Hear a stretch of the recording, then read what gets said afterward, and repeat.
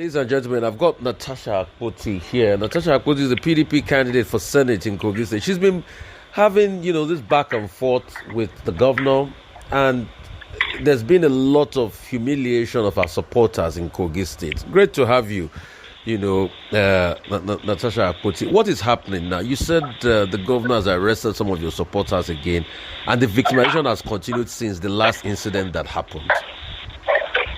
Hi, good evening, Rufai. Yeah. Good evening, Nigerians.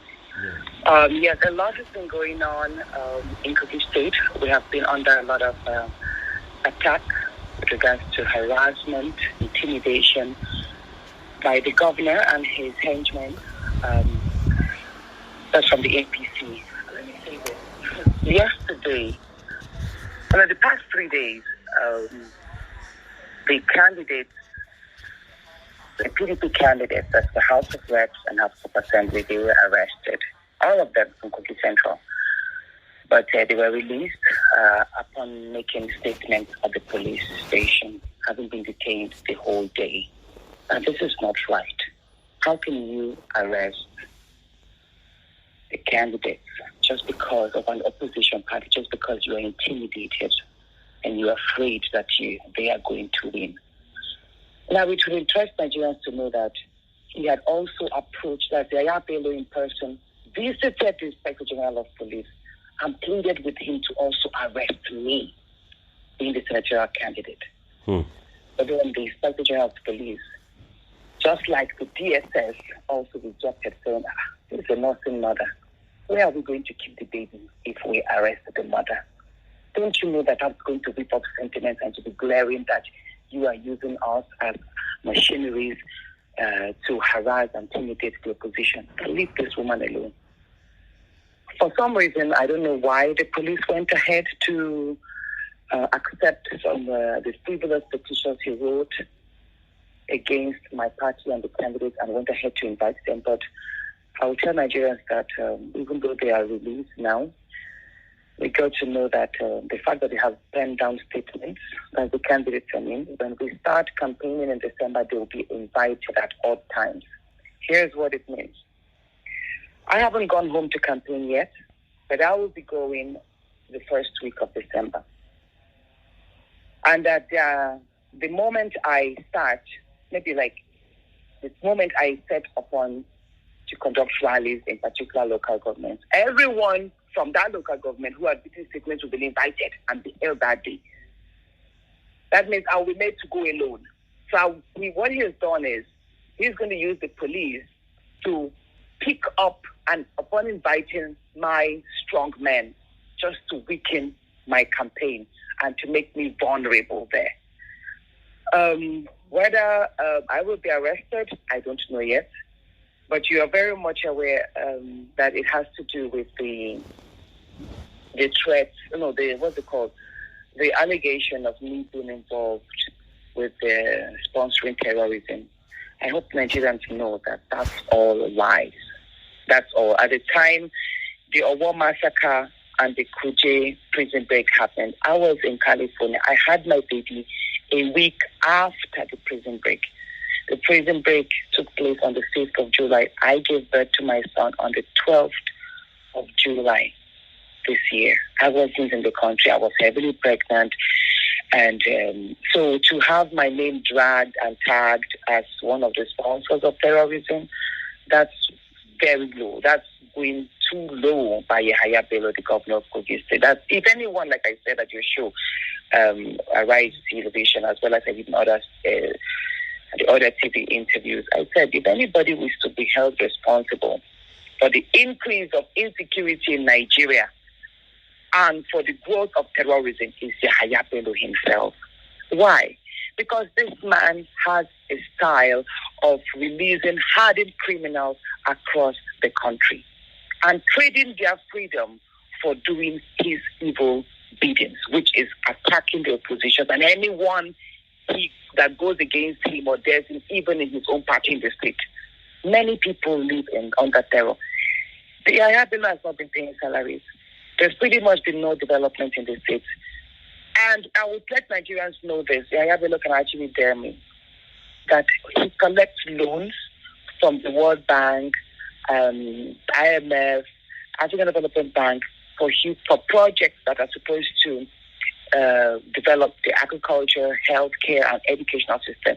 But he does not invest this money. That means the state is actually hugely indebted to these organizations because these projects were not constructed or implemented. So what, in short, if I begin to tell you all that goes on in the state, so almost seem as if. So have you been able to report the fact that everything horrible actually happens in the state? Yes, go ahead. Have you been able to report the fact, to the police authorities that you might not be able to campaign and your life is under threat as we speak? Have you been able to? No. I can't report. I won't be able to campaign. Like, I personally will be there. Against the odds, I will be. A time will come. Let me say this now. When push comes to shove, we will be forced to go against the rules of the police. Are you getting my point? At the last election, when I was harassed and intimidated alongside my supporters, even in the presence of the police, we didn't defend ourselves because we wanted to be good citizens.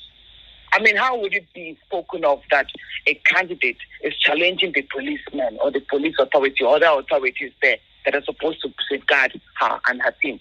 But then, if it gives that sort of collaboration between the police and the authorities happen again with the AP, with the ruling party, we're going to go against that now. Because beyond politics is self-preservation. And you will not I will not fold my arms. We as a community in Kogi Center will not fold our arms and be attacked and harassed by the police in favor of... So that means you don't believe the police can protect you. That's what you're saying. Because if you're saying you will self-preserve, which a lot of people might say it might be defending yourself and resort to violence. So are you saying that the police has failed because they ought to provide you protection? We do have the bad eggs among the police. I'm telling you this. And as much as we have the good ones, we do have a lot of corrupt folks in the police. Let me take your attention to this. You are aware that when across the country, some of these kidnappers or who were arrested, or how they call them, the robbers, some of them actually confessed that they got their ammunition and they got some backing from the police. You're aware of that. So some of this, once we get hold of this information on the media, the next thing is swept up under the carpet. We don't know what happens to these officers. We don't know whether these statements and confessional statements by these robbers or kidnappers were actually investigated to know who were these men behind. Let me say this.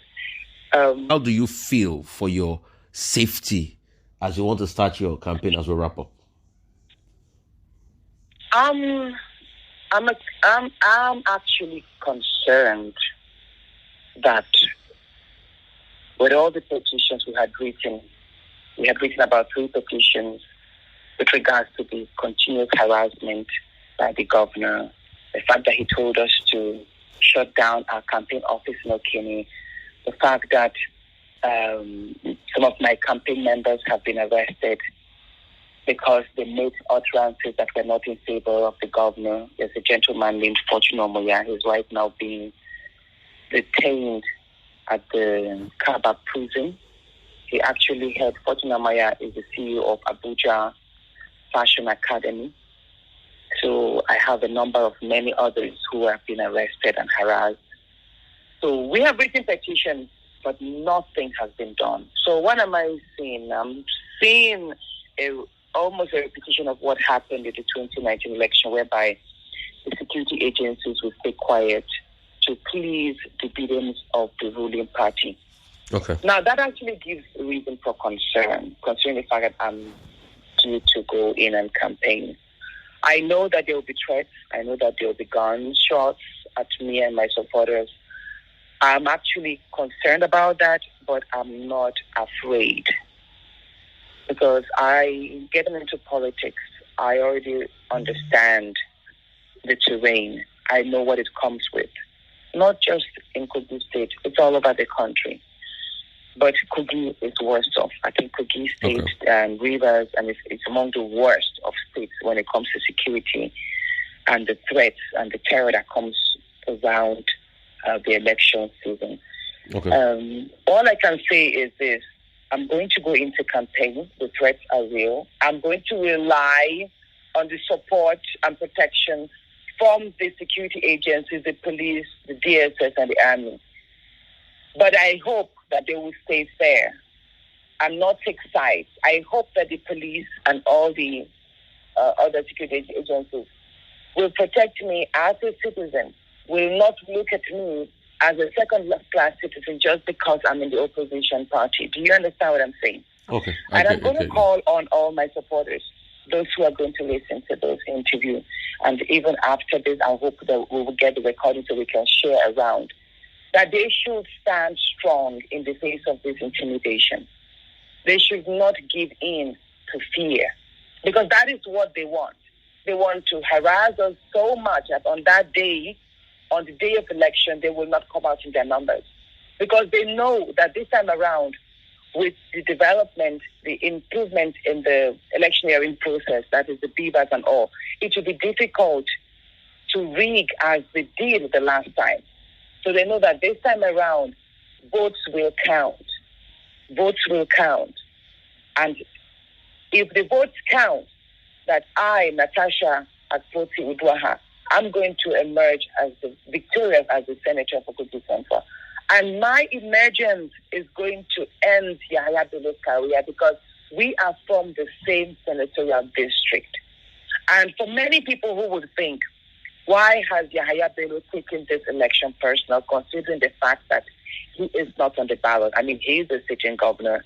But I would like Nigerians to know that Yahaya Bello is placing the APC candidate as a stooge to hold that seat for himself, so that by the time he completes his tenure, the man will step up to be a deputy governor, while he will now rerun the senatorial election as a senator.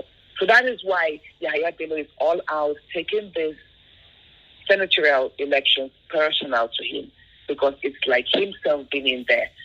But this is what I'm going to tell the governor.